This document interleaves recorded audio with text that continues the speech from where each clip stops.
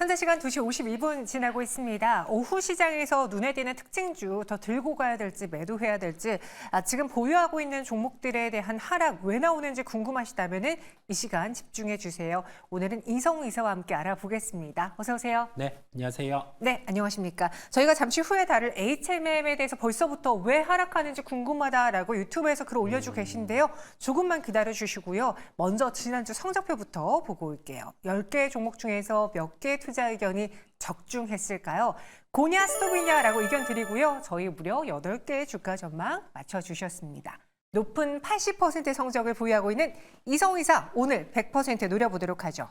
10개의 종목에 대한 후보부터 보겠습니다. 시장에서 인기 검색 상위에 올라와 있는 종목들 그리고 실적을 발표한 종목들이 올라와 있고요. 오늘 앞서 봤던 화성 엔터프라이즈는 52주 신고가를 경신했는데 첫 번째 수상한 종목은 이수페타시스로 바로 들어가 보겠습니다. 실적이 발표가 됐고 좋았어요. 그리고 네. 오늘 여러 반도체주들이 좀 윗꼬리가 달긴 했는데 이수페타시스도 강하게 올랐잖아요. 네. 다시 한번 전고점 트라이 가능한지요?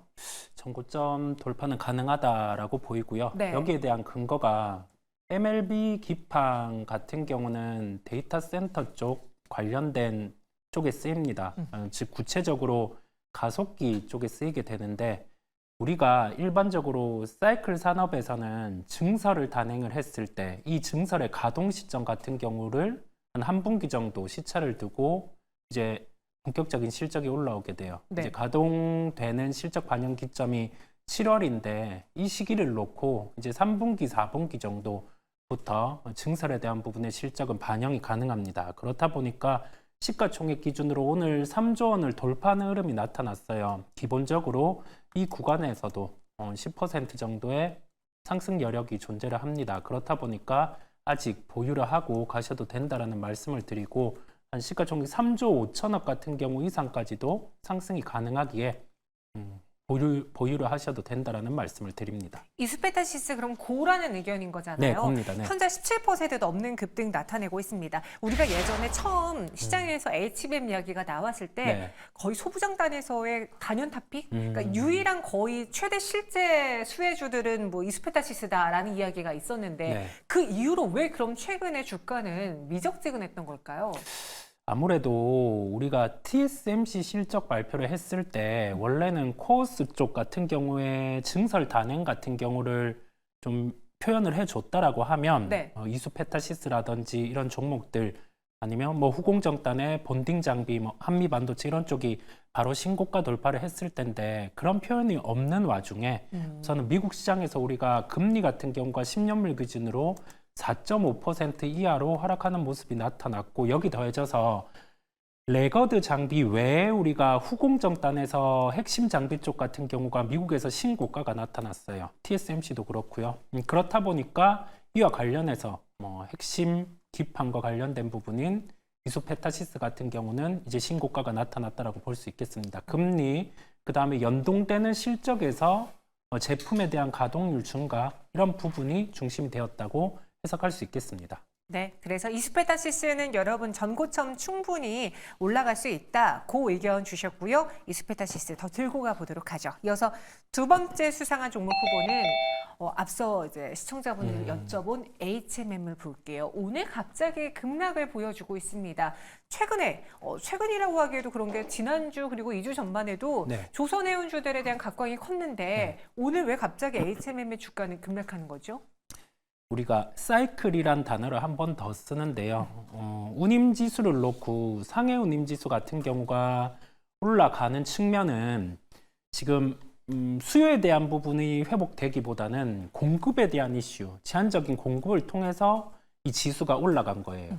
그런데 1분기 실적 발표를 했습니다. 실적 발표를 했는데 눈으로 보이는 실적은 그래도 좀 부정적이지는 않는데 시장 예상치가 50% 정도 영업이익이 더 높았어요.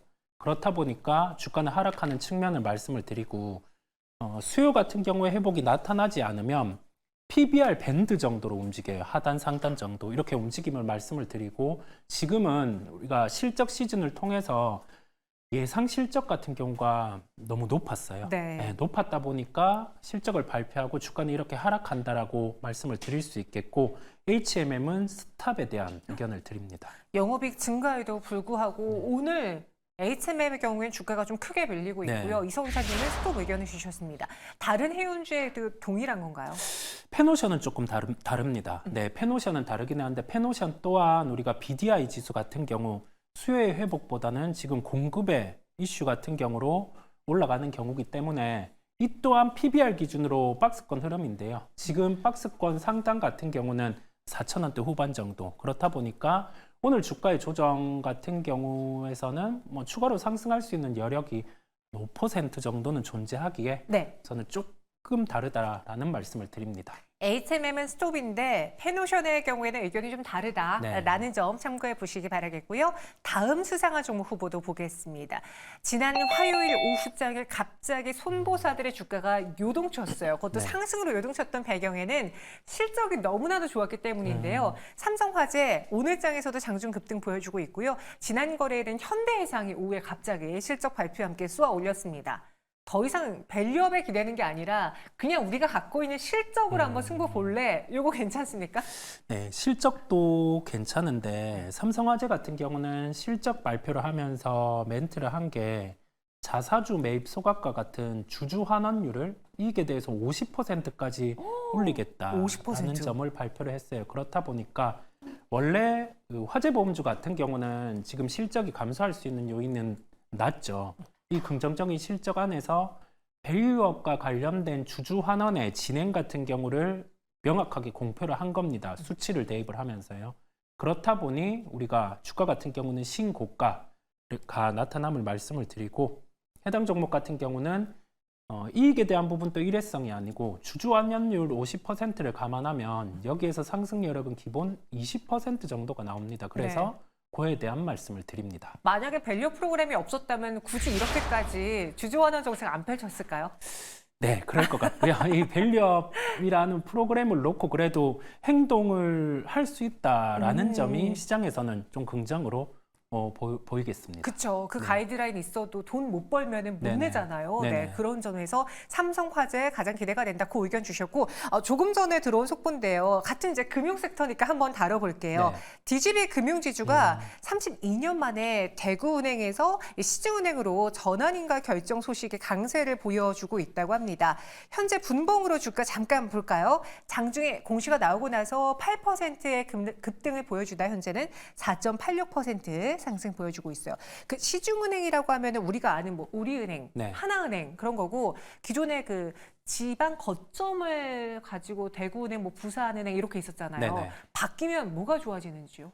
우리가 거점 외 지역 같은 경우에 영업도 가능하고요. 그다음에 예대 마진과 관련된 부분에 사업의 진행 같은 경우에 허들이 조금 더 완화가 됩니다. 네, 그렇다 보니까 이 부분은 긍정이라는 말씀을 드릴 수 있겠고 아무래도 이와 관련해서 뭐 다루는 리포트, 커반 애널리스트 같은 경우가 이 부분은 풀어서 내일 리포트가 나올 텐데 지금 같은 경우 보유하고 계신 분들은 매도를 하지 않으셔도 되겠습니다. 네, 저희가 빠르게 속보 전해드리는 바 깊이 있게 파고들지는 못했지만요. 분명히 호재다. 보유하신 분들은 홀딩하자라는 의견 주셨고요. 시중은행으로서의 갖게 될 모멘텀 기대해 보겠습니다.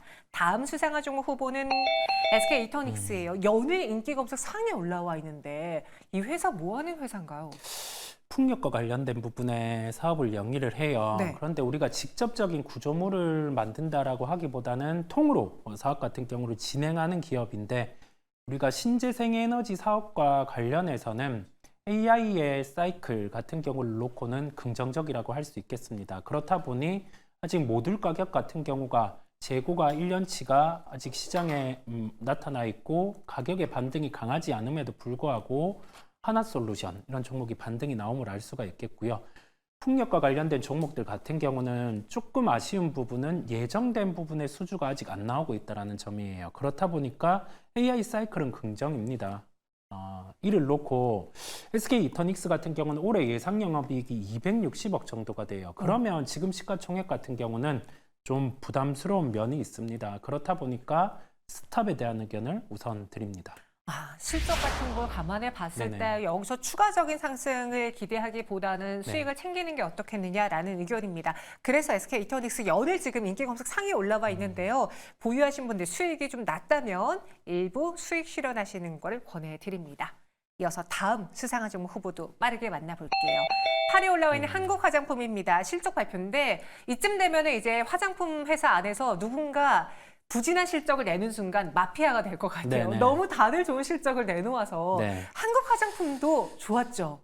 그렇습니다. 한국 네. 화장품 제조는 영업이익이 분기상으로 한 40억 정도가 나왔고요. 한국 화장품은 1분기 기준으로 24억 1,959억 원이 나왔습니다. 이 부분을 연간 수치로 대입을 해보면 한 100억대 좀 안 되게 영업이익이 도출이 되고 이 부분을 놓고 시가총액 대입을 해봤을 때는 상승 여력 같은 경우가 시가총액 1,800억 정도 이상까지는 가능합니다. 그래서 한국 화장품은 고에 대한 의견을 드립니다. 한국 화장품 고다. 네. 뭐 화장품주들 이제 실적이 어느 정도 다 발표가 돼서 네.